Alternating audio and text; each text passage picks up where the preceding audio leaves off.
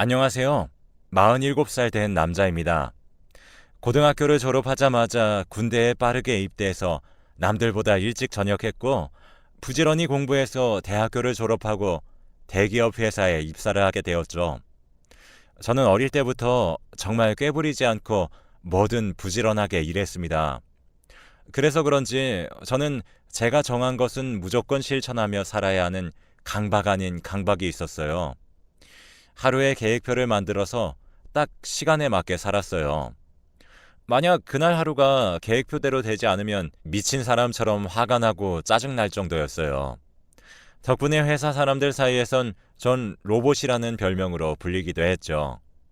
그렇게 저는 계획대로 살아가던 어느 날이었습니다.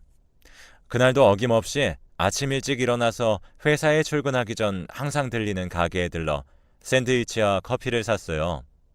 거기 사장님이 제게 쿠키를 주며 좋은 하루 되세요 했고 전 웃으며 감사합니다 하고 출근을 했어요. 일찍 회사에 도착해서 샌드위치를 먹는데 쿠키 뒤에 작은 메모가 붙어 있더라고요. 아직도 그때 쿠키 뒤에 붙어 있던 메모를 잊을 수가 없습니다. 메모에는 안녕하세요. 항상 저희 가게에 들러주셔서 너무 감사드려요. 다름이 아니라 제가 그쪽이 마음에 무척 들어서 이렇게 메모를 남깁니다. 괜찮으시면 주말에 저희 가게에서 저랑 커피 한 잔 어떠세요? 주말에 기다릴게요. 라고 적혀 있었어요. 글씨조차 너무 작고 동글동글하니 귀여운 글씨체였어요. 저는 여태 살면서 여자를 한 번도 만나본 적이 없었고 이렇게 먼저 다가와 준 사람조차 없었기에 처음엔 당황했어요.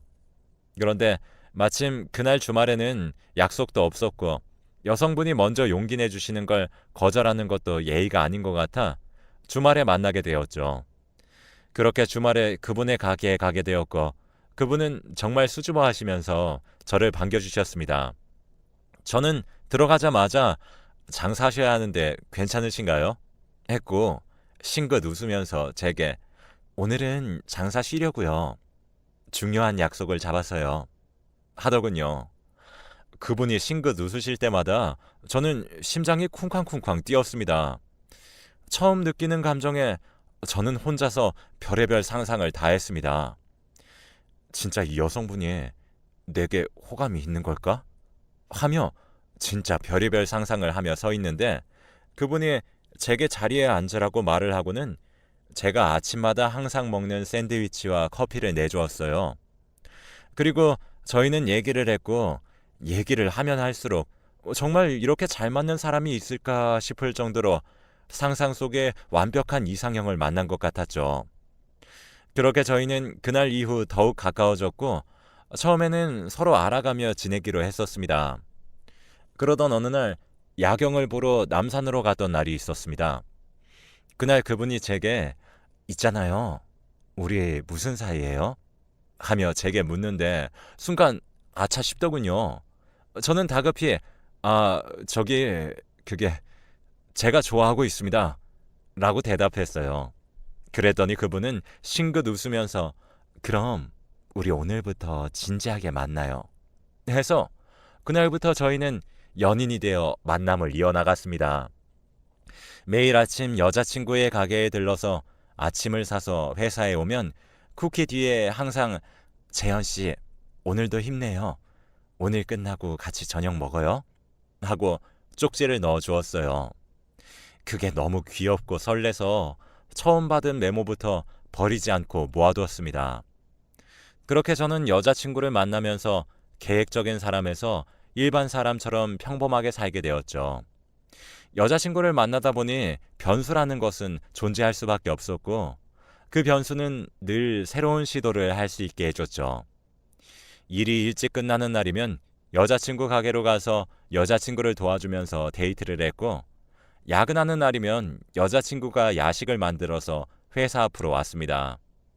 그렇게 하루하루 행복하게 지내면서 보내는데 어느 날 회사에 제 연애 소식이 퍼지면서 회사 사람들이 제게로 와 한마디씩 하셨죠.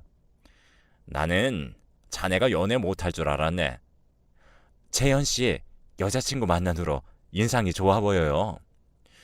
여자친구 잘 만났네. 부럽다 등등 좋은 말들을 많이 해주었어요. 그 전에 저는 너무 형식적이고 계획적인 사람이라 친해지기 힘들었거든요. 여자친구를 만나고 나서 인상 부드러워졌다는 말을 많이 들었습니다. 살면서 처음 들어보는 칭찬에 저는 여자친구 가게에 가서 여자친구에게 그날 있었던 일을 말해 주었어요. 여자친구는 웃으면서 오빠, 원래 되게 다정한 사람인데 회사분들이 잘 몰랐나 보다 하는데 그걸 듣고는 아, 이 여자 정말 놓치지 말아야겠다 생각했습니다. 날 변하게 하는 여자이면서 같이 있으면 마음이 정말 편안해지는 여자. 나는 복받은 남자구나 했죠. 그러고 저희가 연애한 지 1주년에 여자친구에게 프로포즈를 했고 여자친구는 좋다고 울면서 제게 안겼습니다. 그렇게 저희는 결혼을 했어요. 아내가 연애 때부터 만약 난 결혼한다면 우리 둘이서만 했으면 좋겠어. 가족들 초대하는 것도 좋긴 하지만 그래도 우리가 결혼해서 사는 건데 남들 초대해서 시끌벅적하게 하는 것보다 그냥 둘이 서약하고 반지 나눠 가지고 싶어. 라고 했었어요. 그래서 결혼은 저희 둘끼리 추억의 장소에서 하고 결혼식장을 빌려서 결혼할 돈으로 정말 친한 분들만 초대해서 음식 대접을 했습니다. 그렇게 저희의 결혼식이 끝이 나고 저희는 남은 돈으로 집을 장만해서 살았습니다. 장모님, 장인어른도 상견례하는 날에 한번 뵙고는 그 후에 잘 뵙지 못했어요.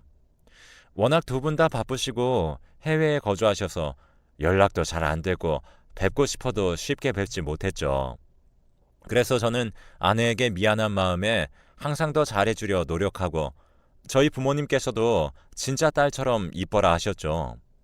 며느리 손에 물 묻게 하면 안 된다고 매년 김치랑 반찬 해서 보내주시고 일하다가 몸 상한다면서 보약도 해주시고 저보다도 지극정성으로 보살피셨습니다. 아내는 감사하기도 하면서 때론 저희 부모님을 부담스러워했습니다. 그렇다 해도 부모님 앞에서 대놓고 불편해하거나 부담스러워하지는 않고 그냥 저에게 와서 오빠, 나는 오빠네 부모님이 그러시는 게 조금 불편해 하는 정도였죠. 그래도 아내가 착해서 그런지 아내는 불편해도 저희 부모님이 오죽하면 그럴까 하고 이해하고 넘어갔습니다. 그러다 저희에게 아이가 생겼고 아이는 무럭무럭 잘 자라서 아내와 똑 닮은 이쁜 요조 숙녀로 자랐습니다. 부모님은 아내가 아이를 낳고 힘들어할까봐 아내를 대신해 아이를 돌봐주셨고 아내는 덕분에 출산 후 마음 편히 몸매 관리를 할 수 있었습니다. 저희 부모님께서도 아내가 아이 낳느라 힘들었을 텐데 아내가 하고 싶은 대로 하게 두라고 저에게 신신당부하셨죠. 저도 아이를 낳느라 고생한 아내에게 너 하고 싶은 대로 해. 아이 낳느라 수고했어. 말하고는 한동안 아이 엄마가 하고 싶은 대로 하게 두었죠. 아내는 그동안 운전면허도 따고 친구들과 여행도 다니면서 자기 나름대로의 시간을 가지며 힐링을 했습니다. 아내가 자기 생활을 하며 시간을 가질 동안 딸아이는 시골 저희 부모님 댁에서 자라고 있었습니다. 딸아이는 할머니 할아버지를 잘 따르면서 지냈습니다. 시간 나는 주말마다 아이를 보러 아내와 같이 갔습니다. 처음엔 저는 아이가 엄마를 어색해하면 어쩌나 걱정했었는데 아이가 엄마를 반기며 너무 좋아하는 모습을 보고는 저는 아내에게 희한하네. 나는 어색해할 줄 알았는데 하나도 안 어색해하네. 라고 말을 했어요. 그걸 듣던 저희 어머니가 무슨 소리야? 왜 어색해? 애 엄마가 항상 시간이 날 때마다 딸 보러 내려왔었는데 라고 말씀을 하시더라고요. 저도 모르는 사이에 와서 아이도 보고 자기 할 일도 하고 있었던 거죠. 그러니 제가 안 이뻐할 수가 없었죠. 그래서 아이를 보고 집으로 돌아오는 길 아내에게 여보, 일도 많았을 텐데 언제 이렇게 와서 아이도 챙겼어? 라고 물어보니 아내는 내 자식인데 내가 챙겨야지.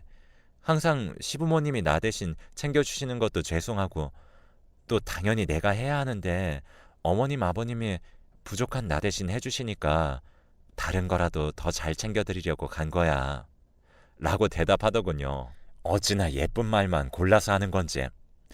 아내와 집으로 돌아와 상의 끝에 둘째를 갖기로 하고 그날 이후 둘째를 갖기 위한 노력을 했습니다. 부모님께서도 너희가 돈이 부족한 것이 아니고 이왕이면 아이 셋은 낳아서 살라면서 저희를 응원하셨어요. 아내에게 임신할 때 좋다는 보약도 다려주시고 집안이 노력을 엄청 했었죠. 하지만 노력을 해도 성과는 없었어요. 계속된 노력과 시도에도 아이가 생기지 않아 고민하던 중 직장 동료에게 고민을 털어놨어요. 그랬더니 직장 동료가 비뇨기과에 가서 검사 받아봤냐고 묻더라고요. 저는 아이 무슨 남자가 비뇨기과야. 말도 안 되는 소리 하지 마. 하니 동료가 놀라면서 아니 여자는 산부인과 남자는 비뇨기과 몰라? 정자검사 한번 해봐. 하기에 아내 몰래 한번 가볼까? 했고 그렇게 난생 처음으로 가봤습니다. 그렇게 병원에서 검사를 받았습니다. 검사 결과는 충격적이었습니다. 제가 정자가 있지 않다는 결과였습니다. 흔히들 말하는 무정자증인 거죠. 그래서 저는 말이 되지 않는다며 병원으로 가서 의사 선생님께 따져 물었어요. 검사 결과가 바뀐 거 아닌가요? 무정자증이라면 어떻게 저에게 딸이 있을 수가 있죠? 저는 자식이 있는 아빠인데 제가 무정자증이라뇨. 전 이해가 되지 않아요. 그러자 의사분께서 제게 딸이 있으시다고요? 이 검사에서는 환자분이 무정자로 나오는데 검사 결과가 중간에 바뀌거나 그러진 않습니다. 못 믿겠다면 다시 한번 검사를 해봅시다. 하셨어요. 그렇게 저는 다시 한번 검사를 받았습니다. 하지만 두 번째 결과도 첫 번째와 같았습니다. 저는 확실한 무정자증이더군요. 하지만 그러면 더 이해할 수 없는 사실이 생겨버리게 되더군요. 제 딸은 그러면 도대체 뭐라는 말인가요? 저는 집으로 돌아가 아내에게 상황 설명을 해줘야 하는데 어디서부터 어떻게 말을 해야 하는지 혼란스러웠습니다. 저도 이렇게 혼란스러운데 아내는 얼마나 혼란스러울까 걱정이 되었고 또 부모님께도 어떻게 말씀을 드려야 할지 모르겠더군요. 그냥 저만 입 다물면 모두가 행복할 것만 같아서 입을 닫았습니다. 그리곤 아내와 부모님께 둘째는 안 키우고 싶고 겁이 난다며 첫째만 잘 키우자고 얘기한 뒤 둘째 계획은 포기했어요. 그리고 저는 술에 빠져 살았어요. 첫째가 제게 안겨서 애교를 부려도 예전만큼 정이 가지 않았고 제게 더 혼란만 줄 뿐이었죠. 그래서 아이에게도 조금은 거리를 두었어요. 아이에게 점점 거리를 두고 지내는 동안 저는 죄책감에 시달렸습니다. 저 어린아이가 무슨 죄가 있을까? 여태 내가 아빠라고 생각하고 자란 아이를 이제 와서 아이에게 아빠가 아니라고 한다면 얼마나 큰 상처를 받을까? 그래서 전 딸을 낳은 정보다 길러준 정이 더 크다고 아이를 상처받지 않게 진짜 제 친딸처럼 키우기로 했어요. 모든 걸 밝히기엔 제가 너무 겁이 많고 아내를 너무 사랑하기에 그러기 싫었습니다. 그래서 그렇게 가슴에 품고 살아갔죠. 그렇게 딸아이의 세 번째 생일날 부모님과 같이 식사를 하는데 아내가 음식 냄새를 맡고 헛구역질을 하더군요. 저는 놀라서 아내 쪽을 보았고 부모님께서도 놀라서 쳐다보셨죠. 아내는 참다 한계가 왔는지 자리를 박차고 나갔고 그 자리에서 얼음이 되었습니다. 부모님은 제게 둘째 안 만들다더니 언제 만들었니? 아니, 그게 중요한 게 아니고 축하한다. 우리 예쁜 손녀 동생 생겼네. 하며 좋아하셨습니다. 저는 그 자리에서 그럴 리가 없는데 정말로 있을 수가 없는 일인데 이게 무슨 하며 말을 잇지 못했고 그 순간 아내는 자리로 돌아왔습니다. 저는 아내에게 임신이야? 하니 아내가 제 어깨를 툭 치며 어떻게 우리 드디어 둘째 생겼나 봐. 당신도 좋지? 하는 게 아니겠어요. 저는 너무 어이가 없어서 그 상황에서도 말을 못했습니다. 딸은 부모님 댁에 두고 집으로 돌아와 아내에게 진짜 임신이냐고 물으니 아내는 테스트기 해봐야 정확히 알 것 같아. 근데 진짜 느낌에 임신 맞는 것 같긴 해. 하더군요. 저는 너무 어이가 없었지만 아직 정확한 것은 아니니 다음날 아침에 테스트기를 해보라고 권했습니다. 다음날 아침 아내는 일어나자마자 테스트기를 확인하고서는 제게 달려와 안기며 여보, 2줄이야, 2줄. 진짜 임신이라고. 라고 말하더군요. 제게 안겨서 방방 뛰는데 저는 그런 아내의 어깨를 잡고는 너가 임신을 할 수가 없는데? 무슨 말을 하는 거야? 라고 물었어요. 아내는 어리둥절하며 임신을 할 수 없다니 무슨 소리 하는 거야? 여보 왜 그래? 하며 제게 되물었고 저는 아내에게 당신 임신할 수 없다고. 임신이 되면 이상한 거라고. 라고 소리쳤고 아내는 아니 그게 무슨 말이냐고. 임신을 했는데 임신을 할 수 없다는 말이 뭔 소리냐니까? 라고 물었습니다. 저는 그런 아내를 보며 무정자증이라고 알아? 정자가 없다는 말이야. 내가 그 무정자증인데 당신이 어떻게 임신을 해? 라고 얘기했어요. 아내는 뭐? 무정자증? 뭐라는 거야? 당신이 왜 무정자증이야? 말도 안 되는 소리 하지 마. 하며 부정했습니다. 저는 아내에게 병원에서 받은 결과를 보여주며 진짜라는 걸 알려준 뒤에 이제라도 솔직하게 털어놓으라고 했습니다. 그제서야 아내는 바닥에 주저앉아서 해탈한 듯 웃고 있었죠. 아내는 왜 말 안 했어? 당신이 무정자증인 거 왜 말 안 했냐고. 당신 나한테 사기친 거야, 알아? 어떻게 그런 걸 숨길 수 있어? 이건 사기 결혼이야. 당신이 날 속이다니 정말 뻔뻔하다. 라고 했고 제게 오히려 자기를 속여서 결혼했다면서 제게 손가락질과 비판을 했습니다. 그러면서 자기의 바람은 정당하다는 말도 안 되는 말을 하면서요. 저는 그 말에 뒷목을 잡았고 아내에게 조용히 이혼할 것을 요구했습니다. 그러자 아내는 그럴 수 없다면서 자기가 속은 대가는 받아야 한다고 하더군요. 아내를 너무 사랑해서 정말 더럽게 이혼하기 싫었습니다. 그래서 가슴에 묻고 살려고 했어요. 그런데 아내가 이렇게 적반하장으로 나오니 저도 더는 있는 정 없는 정이 다 떨어져서 더는 곱게 헤어지지 않고 싶어지더군요. 저도 사람이니까요. 그래서 저는 아내에게 네가 지금 나한테 바람 폈던 거 용서를 구해야 되는 건 아니고 그러기는커녕 지금 내가 무정자증인 거 속였다고 난리를 치니 우리 그냥 모든 사람들한테 다 까발리자. 그게 네가 원하는 거면 그렇게 하자. 하니 아내는 그래 누가 이기나 봐. 내가 바람핀 거 잘못했지. 근데 당신이 무정자증인 거 그것도 잘못이야. 사람이 어떻게 그런 걸 속일 생각을 해? 너 정말 뻔뻔하다. 다시는 너 여기에서 얼굴도 못 들고 다니게 할 거야. 하며 집을 나서더군요. 그렇게 저는 아내와 별거하면서 이혼을 준비했어요. 이혼 준비 중에 알게 된 사실은 아내와 바람폈던 상대가 유부남이었고 아내가 임신했다는 소식을 듣고는 연락을 끊고 잠적을 했다고 합니다. 그 유부남이 아내에게 뱃속의 애가 자기 애라는 증거도 없으니 자기한테 들러붙지 말라면서 연락을 끊었더라고요. 아내는 그렇게 바람난 남자에게 버림받고 계속해서 제 집으로 찾아와 잘못했다고 빌고 있었습니다.